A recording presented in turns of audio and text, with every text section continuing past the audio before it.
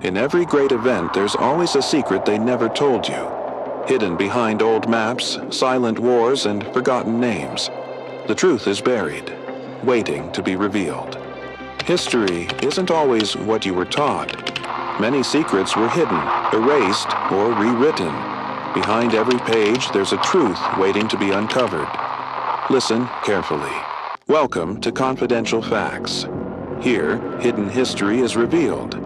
Forgotten battles, secret alliances, and untold stories. Long before the skies over Oschersleben filled with tracer fire and falling aircraft, the battle had already been decided in briefing rooms, training manuals, and quiet doubts whispered among senior officers. By late 1943, the air war over Europe had reached a brutal stalemate. The 8th Air Force could reach deep into Germany, but it could not yet protect itself all the way there and back. Bombers bled crews at an unsustainable rate. Every mission statistics officer knew the numbers, but rarely said them aloud. Without effective long-range escort, a bomber crew's chances of completing a full tour were unacceptably low. Fighters turned back early. German interceptors waited patiently, conserving fuel, striking when escorts peeled away. Doctrine, written in peacetime by men who had never watched dozens of aircraft fall burning from the sky, insisted that bomber formations could defend themselves. Reality said otherwise. Major James Hal Howard understood this gap between doctrine and reality better than most, though few in high command yet recognized it. Howard was not reckless by nature, despite what later myths would suggest. He was methodical, observant, and deeply skeptical of rules that failed under real combat conditions. Before flying Mustangs, he had already experienced the limits of American fighter doctrine firsthand. Early in the war, U.S. fighters were built and trained primarily for short-range missions interceptions, point defense, quick engagements. Escort was considered secondary, almost undesirable. To linger with bombers was to give up altitude, speed, and initiative. The very qualities fighter pilots were taught to value most manuals: stressed disengagement when outnumbered, avoidance of prolonged combat, and above all, survival of the fighter force. A dead fighter pilot, instructors repeated, could not fight tomorrow. This thinking shaped the culture Howard entered. Aggression was encouraged, but only within carefully defined boundaries.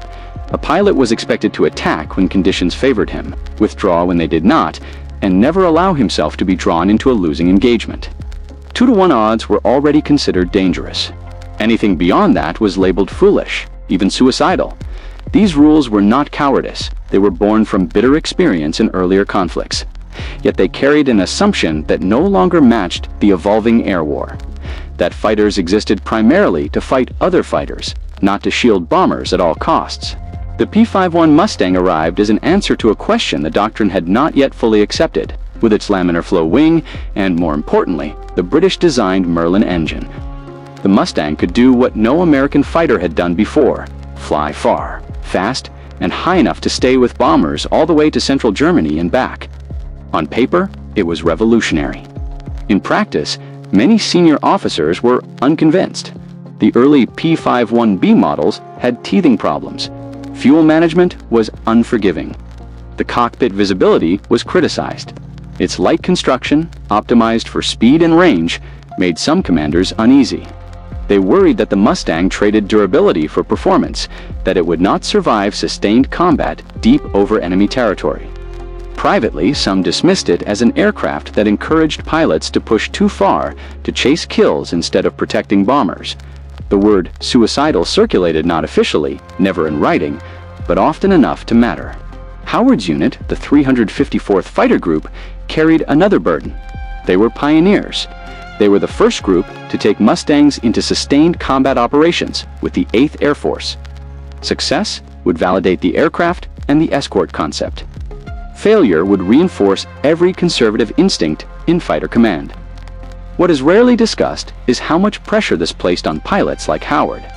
They were not just flying missions, they were conducting an unspoken experiment under fire. Every loss was scrutinized. Every deviation from expected behavior risked confirmation bias proof to skeptics that the Mustang and its tactics were fundamentally flawed. German pilots, meanwhile, were fighting a different war. By early 1944, the Luftwaffe was no longer the confident force it had been in 1940, but it remained lethal. Experienced aces still led formations, and their doctrine emphasized coordinated attacks against bombers, exploiting weak points and disengaging quickly to preserve aircraft. German intelligence had noted the Mustang's arrival, but many pilots still believed it could be handled like earlier American fighters: force it to turn, draw it into prolonged engagements, wait for it to run low on fuel. Few expected Mustangs to press attacks deep over Germany without numerical superiority. Even fewer imagined a single fighter doing so alone. On January 11, 1944, the stage was set by decisions made days earlier. Weather forecasts predicted a narrow window of acceptable conditions over central Germany. Targets were chosen accordingly, including aircraft factories vital to German fighter production. Oschersleben was one such target. Intelligence suggested heavy defenses, but the need to disrupt German aircraft output outweighed the risks. Bomber crews were briefed, fighters assigned, contingencies discussed. Yet what no briefing could account for was the fragility of coordination once formations entered hostile airspace. Radio interference, cloud layers, and the chaos of combat routinely fractured even the best-laid plans. Howard led a flight that morning knowing the risks intimately. He understood the Mustang's strength-speed climb, divined its weaknesses: limited ammunition, unforgiving fuel margins. What is less commonly acknowledged is that Howard had already begun to rethink escort tactics before that mission. He believed that the best way to protect bombers was not passive circling or distant deterrence, but aggressive disruption. If enemy fighters could be kept off balance, forced to react instead of plan, their numerical advantage could be blunted. This idea ran counter to prevailing doctrine, which prioritized fighter preservation. Howard prioritized bomber survival. That distinction would matter. As the bombers approached Oschersleben, the sky began to fracture into layers of tension. German radar stations tracked the incoming stream.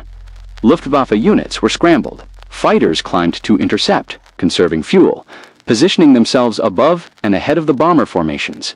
Howard's flight encountered confusion contacts reported, then lost. Orders relayed, then overridden by circumstance. One by one, Mustangs peeled away, chasing threats or responding to calls for help.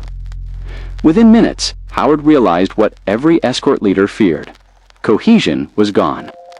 He scanned the sky and saw bombers ahead, unprotected, and below them, contrails resolving into the unmistakable shapes of Bf-109s and Fw-190s diving into attack positions.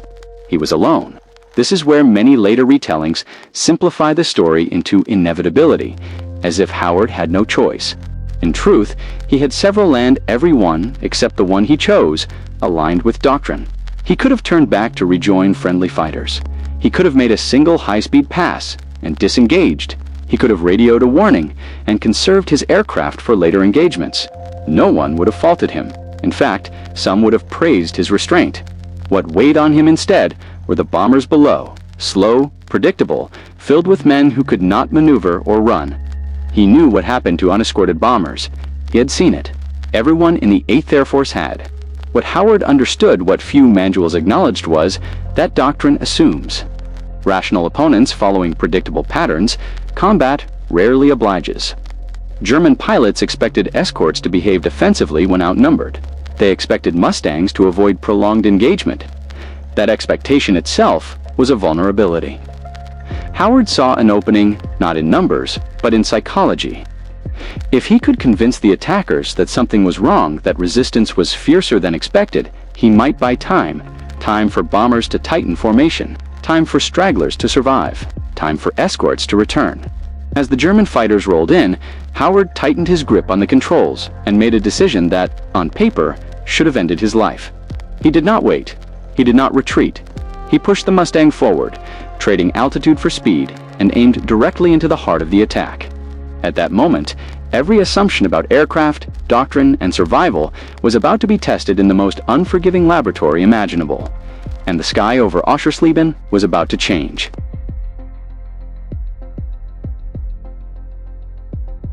The first German fighters came out of the sun, exactly as training manuals predicted they would, their silhouettes sharpening from specks into lethal shapes as they rolled over and dove toward the bombers below.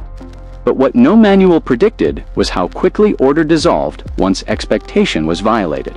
Howard saw them before they committed fully, recognized the geometry of the attack, and understood the Germans' confidence they believed the bombers were effectively naked. That belief shaped everything that followed. Instead of positioning himself defensively above the formation, Howard drove his Mustang forward and downward, accelerating past the bombers and directly into the intercept path of the lead German elements, forcing them to react rather than execute their carefully timed firing passes. This was not reckless instinct, it was calculated disruption. German pilots were trained to ignore lone fighters unless they posed immediate danger, but Howard made himself impossible to ignore. He fired not to score quick kills but to scatter formations, forcing break turns, spoiling firing solutions, and destroying the precise timing required to tear bomber formations apart. In German after-action thinking, bomber destruction depended on coordination. Howard's presence turned coordination into chaos. Inside his cockpit, the realities were harsher than later accounts often admit. The P-51B carried limited .50 caliber ammunition, and Howard was acutely aware that every burst had to matter. He fired in short, disciplined streams, aiming not just at aircraft, but at intent-forcing enemy pilots to jink, climb, or disengage. What many people do not know is that Howard's gun sight was not optimized for prolonged dogfighting. It was designed for deflection shooting under ideal conditions.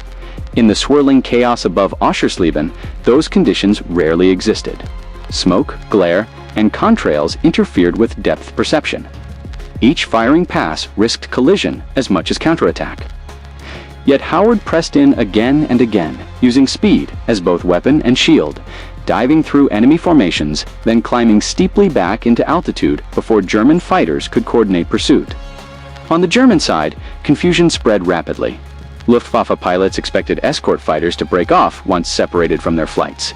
Instead, they encountered a single Mustang behaving as if it were the spearhead of a larger force. Some German pilots later recalled the impression that more American fighters must be nearby, hidden above or behind the bombers, because no sane pilot would attack so aggressively alone. This misinterpretation mattered. It delayed full commitment. Seconds stretched into minutes, and minutes in bomber combat were everything. Every disrupted attack saved lives, even if no aircraft visibly exploded. Howard's fuel situation worsened with every maneuver. High-power climbs and dives consumed fuel at an alarming rate, a fact often glossed over in heroic retellings.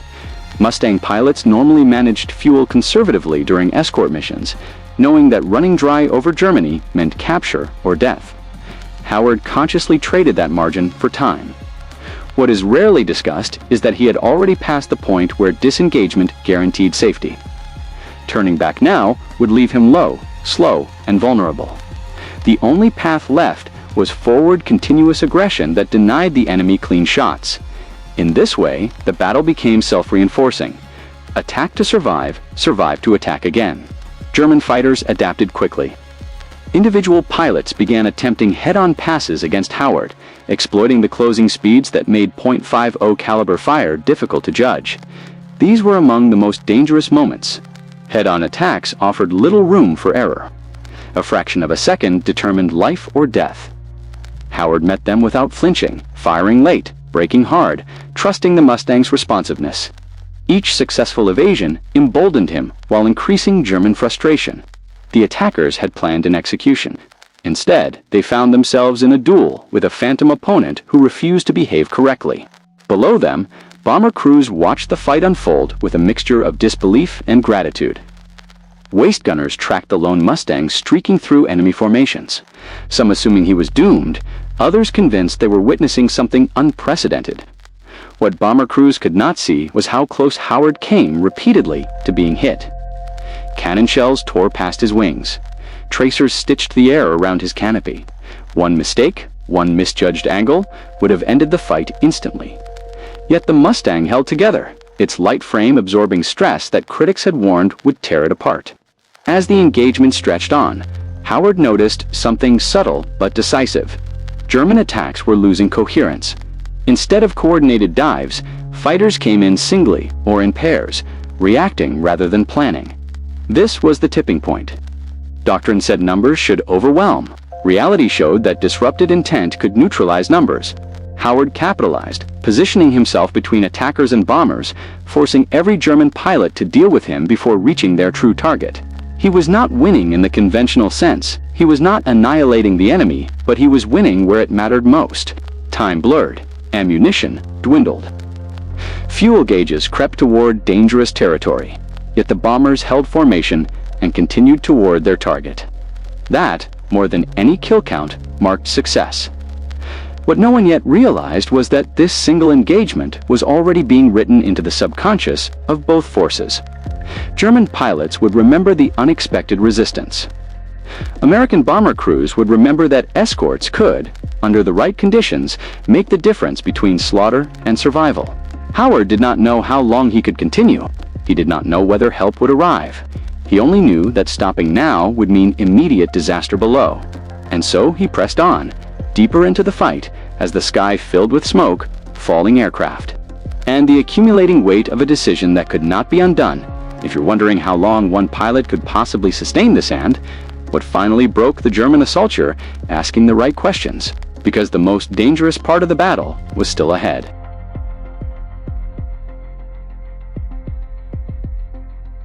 By the time the battle reached its midpoint, the air above Oschersleben no longer resembled a planned interception, but a fractured, spiraling melee, where intent mattered more than numbers, and Howard felt the change before he fully understood it. His ammunition counters were dangerously low, not empty, but low enough that every burst now carried consequence beyond tactics. Mustang pilots were trained to disengage long before this point to preserve combat effectiveness and ensure a safe return. Yet Howard had crossed into a space where training offered no guidance. The doctrine did not cover situations where withdrawal guaranteed the destruction of those you were escorting. Each time he squeezed the trigger now, he was making an irreversible decision, not just about the fight, but about his own survival after it. German pilots, sensing the prolonged resistance was no accident, adapted their behavior. Instead of scattered, frustrated attacks, small elements began probing deliberately, forcing Howard to react repeatedly, draining speed, altitude, and fuel in a war of attrition he was never meant to fight alone. One rarely discussed aspect of this engagement is how close Howard came to losing situational awareness entirely. Prolonged high-G maneuvers narrowed his vision, fatigue set into his arms and neck, and the constant need to scan for threats made depth perception unreliable. This was not cinematic dogfighting. It was sustained cognitive overload. German fighters exploited this by feinting disengagement, then rolling back in from unexpected angles. Several times, Howard avoided cannon fire by instinct rather than calculation, reacting before conscious thought could intervene. Later analysis would frame his actions as brilliant aggression, but in the moment, survival depended on a razor-thin margin between instinct and exhaustion. Fuel had now become the silent enemy. The P-51B's range advantage came from careful cruise settings and external tanks, not from sustained combat at full power. Howard had already burned through his reserves at an unsustainable rate. What many accounts omit is that he almost certainly knew he might not make it back across the channel. This knowledge altered his decision-making in subtle ways. Instead of conserving energy for a hypothetical return flight, he committed fully to the present. This psychological shift, accepting that survival was no longer guaranteed, freed him from hesitation. German pilots, trained to preserve aircraft whenever possible, sensed this difference without understanding it. They faced an opponent who had implicitly removed retreat from his list of options, and that made his behavior unpredictable. Below, bomber formations began to pass over their target, flak bursts blooming among them as German fighters struggled to reorganize. The very presence of anti-aircraft fire further disrupted Luftwaffe coordination. German pilots were forced to choose between risking flak to press attacks or breaking off to reposition. Howard exploited these moments ruthlessly, diving on fighters as they hesitated, forcing them away from optimal firing positions. He was no longer merely reacting. He was shaping the tempo of the battle. This was the turning point, not because the Germans were defeated, but because they were no longer in control. What makes this phase particularly remarkable is that Howard did not score the majority of his confirmed victories here. Instead, his success lay in denial, denying time, denying focus, denying confidence. German pilots later described the engagement as disorienting, noting that attacks never seemed to align properly, that bombers were always just beyond reach. This psychological erosion mattered more than destruction. By the time Howard's ammunition was nearly exhausted, the Luftwaffe's original objective had effectively failed. And yet, the most dangerous moment came when Howard realized he could no longer maintain constant pressure. His firing had slowed. His maneuvers became more selective. German pilots noticed they began pressing harder, testing whether the lone Mustang was finally weakening. This was the moment when the entire battle could have reversed. Had even a few German fighters coordinated successfully at this stage, the bombers below would have been exposed at their most vulnerable point, over the target, laden with flak damage, unable to maneuver freely. Howard responded with one last shift in tactics that rarely appears in official summaries. Instead of chasing attackers aggressively, he positioned himself where he could be seen most clearly, making exaggerated passes that suggested he still had full combat capability. This bluff-projecting strength he no longer fully possessed worked.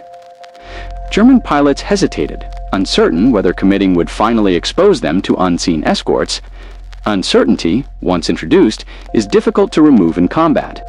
As the bombers began to turn away from the target area, the geometry of the fight changed. German fighters had lost their window. Fuel concerns and rising losses forced them to disengage gradually. The sky, moments earlier, a chaos of intersecting paths, began to open. Howard, alone, low on fuel, nearly out of ammunition, remained airborne long enough to ensure the retreat was real. Only then did the full weight of the battle settle in. Only then did Howard allow himself to consider whether he would make it home. If you're asking how close this came to ending differently and what happened in the minutes after the Germans finally disengaged, you're not alone, because survival was not yet assured. The moment the German fighters finally disengaged did not bring relief so much as a new, quieter danger, because Howard now faced the most unforgiving phase of the mission alone. Damaged, nearly unarmed, and deep inside enemy airspace with fuel reserves that no longer allowed for error. The sky had emptied, but the silence that followed was deceptive. Flak batteries still ringed the industrial landscape below, and any lingering fighter patrol could finish what the interceptors had failed to do. Howard throttled back carefully, calculating range, not with instruments many of which were no longer trustworthy, but with instinct born of hours spent nursing aircraft home under less dire circumstances. What is rarely mentioned in official citations is how close he came to losing the Mustang, not to enemy fire, but to fuel starvation. The P-51B's margin for error at this stage was measured in minutes, and Howard's earlier aggression had consumed those minutes deliberately.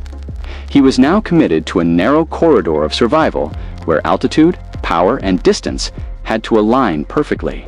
As he turned west, the emotional weight of what had just occurred began to intrude.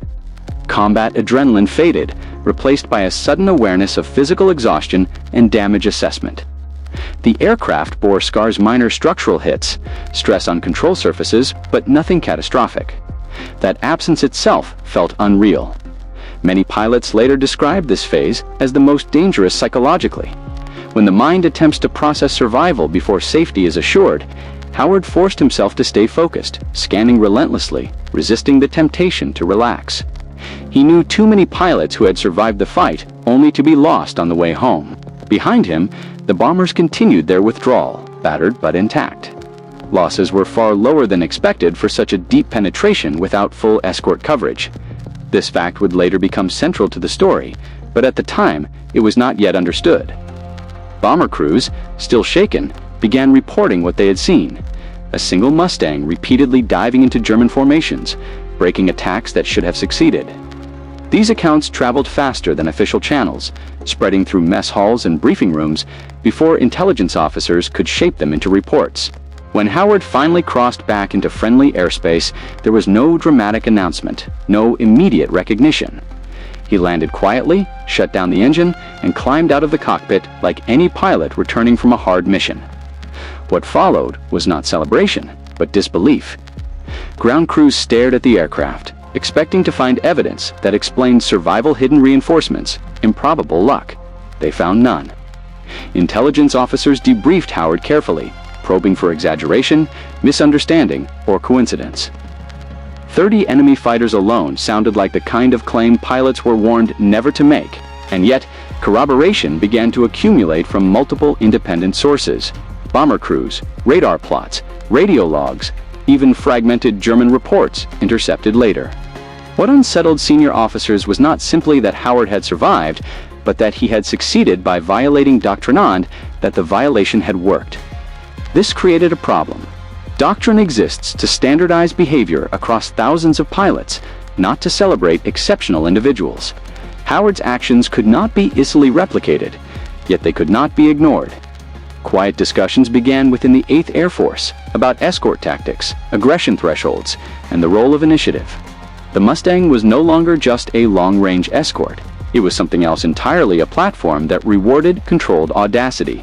German reactions, reconstructed later from fragmentary intelligence, revealed a mirror image of this discomfort. Luftwaffe pilots questioned assumptions about American escorts. The idea that a single fighter could impose such disruption forced a reassessment of how attacks were planned. Some German commanders concluded that American fighter tactics had shifted fundamentally, even if they could not yet explain how or why. This uncertainty fed into a growing sense that the air war was changing faster than established doctrine could adapt. Howard himself did not frame the mission as transformative. In debriefings, he emphasized bomber protection, timing, and the necessity of action rather than heroism. This restraint mattered. It allowed the story to be absorbed without turning into myth immediately. Yet, myth was inevitable. Within days, the engagement was being discussed in tones that bordered on reverence, not because of kill counts, but because it suggested that the balance of the air war was tilting. The official recognition would come later. What mattered in the moment was that something had shifted quietly, irreversibly. Escort fighters were no longer passive guardians. They were now expected to dominate airspace, to take the fight to the enemy, to deny initiative rather than merely respond to it. This expectation would cost lives in the months ahead, but it would also save countless others. Howard's flight over Oschersleben was over. The consequences of it were just beginning. If you're wondering why this moment didn't just change one mission, but an entire philosophy of air war and why its lessons are still debated, today the final part of the story holds the answer. In the months that followed January 11, 1944, the story of what happened over Oschersleben took on a life of its own, but not in the way most people imagine. Because institutions rarely celebrate disruption openly, even when disruption saves lives. Official reports distilled the battle into clean language. Enemy fighters engaged, bombers protected, mission successful. The human chaos, the moments of near collapse, the fact that the outcome hinged on a single pilot's willingness to violate doctrine, these details were softened, not erased, but carefully managed. When Major James Howard was eventually awarded the Medal of Honor, the citation praised gallantry and devotion to duty, yet even that language could not fully capture the institutional discomfort underlying the decision. Howard had not simply displayed courage, he had demonstrated that existing doctrine was insufficient, and that truth, far more than any individual heroics, forced change. Quietly, within the 8th Air Force, escort doctrine began to shift. Fighter groups were encouraged, never officially ordered, but clearly guided to adopt more aggressive forward escort tactics. The idea that fighters existed merely to deter attacks gave way to a more assertive philosophy. Escorts would seek dominance, not coexistence. This change did not originate solely from Howard's mission, but his actions provided a living proof of concept that could not be ignored. The Mustang, once viewed with suspicion, became the backbone of deep penetration escort strategy. What few outside the command structure realized was how narrow the margin for this shift truly was. Had Howard been shot down, had the bomber suffered catastrophic losses, despite his actions, the Mustang might have been labeled reckless, its tactics dismissed as dangerously optimistic. History pivoted, not on certainty, but on outcome. German reactions, reconstructed later through intelligence analysis and post-war interviews, reveal a parallel reckoning. They saw him as a symptom. The unexpected aggression over Oschersleben contributed to a growing belief that American fighter escorts were evolving faster than German countermeasures. This perception mattered. It affected morale, planning, and risk tolerance. German fighter units began dispersing earlier, engaging less predictably, conserving strength for defensive operations closer to home. These adaptations, while logical, seeded initiative incrementally. The air war became less about intercepting bombers at will and more about reacting to escort pressure, a strategic shift that favored the Allies' growing industrial capacity. What complicates this story, and what is rarely explored, is the moral ambiguity embedded within it. Howard's decisions saved lives, but it also set expectations that others would struggle to meet. Not every pilot possessed his situational awareness, discipline, or psychological resilience. As aggressive escort tactics spread, losses increased in some units before training and experience caught up with Doctrine. There were pilots who attempted similar stands and did not survive. Their stories did not become medals or citations. They became statistics. This is the uncomfortable truth of doctrinal change in wartime. Innovation is often validated by success, but paid for by failure elsewhere. Howard himself resisted mythologizing his actions. In later reflections, he emphasized preparation, aircraft capability, and circumstance rather than individual brilliance. This restraint is telling. He understood, perhaps better than most, how fragile the line between heroism and catastrophe truly was. He also understood that doctrine exists to protect the many, not to glorify the few. His mission did not invalidate the manuals. It exposed their limits. That distinction matters, because it reminds us that progress in war is rarely clean or comfortable. As the war continued, the Mustang's role expanded. Escort fighters roamed ahead of bomber streams, hunted Luftwaffe aircraft on the ground, and systematically dismantled Germany's ability to contest airspace. This dominance did not come from a single battle, but from accumulated pressure. Yet January 11, 1944, remains a focal point because it crystallized a shift in thinking at a moment when doubt still outweighed confidence. It demonstrated that initiative, when combined with the right tools and judgment, could overcome numerical disadvantage, an idea that resonates far beyond World War II. Today, modern air combat doctrine still grapples with the balance Howard confronted: when to follow rules and when to break them. Technology has changed, but uncertainty has not. Pilots still face moments where manuals cannot account for reality, where decisions must be made faster than guidance can be consulted. Howard's story endures not because it offers a template to be copied, but because it poses a question that has no permanent answer. How much risk is acceptable when lives depend on action? Perhaps the most enduring aspect of this story is not the number of enemy aircraft engaged, but the silence that followed the battle, the quiet recognition that the war had shifted, and that those who fought it would need to adapt or be left behind. History often celebrates outcomes without interrogating cost, but embedded within Howard's mission is a reminder that victory is not always the result of perfect planning. Sometimes it emerges from individuals confronting imperfect information and choosing responsibility over safety. And that leaves us with the question this story refuses to answer neatly. Was Howard's decision an act of exceptional courage or an unsustainable gamble that happened to succeed? Should doctrine bend to individuals, or should individuals bend to doctrine? And how many similar moments passed unrecorded where the choice went the other way and history never noticed? These are not comfortable questions, but they are necessary ones. If this story made you question how history is written and how close it comes to breaking, then don't let it end here. Subscribe for deeply researched World War II air combat stories that go beyond myths. Comment with the pilot, battle, or decision you want examined next. And ask yourself, if you had been there, alone in that cockpit, would you have followed the rules or broken them?